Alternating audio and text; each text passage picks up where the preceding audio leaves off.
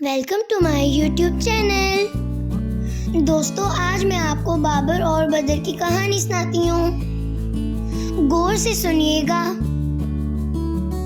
एक दफा का जिक्र है, किसी गांव में एक लड़का बाबर रहता था। बाबर को बंदर का तमाशा और बतख को पानी में तैरते हुए देखना भी बहुत अच्छा लगता था। एक दिन वो खुशी खुशी बंदर का तमाशा देख रहा था कि अचानक एक बच्चे ने बंदर को पत्थर मारा।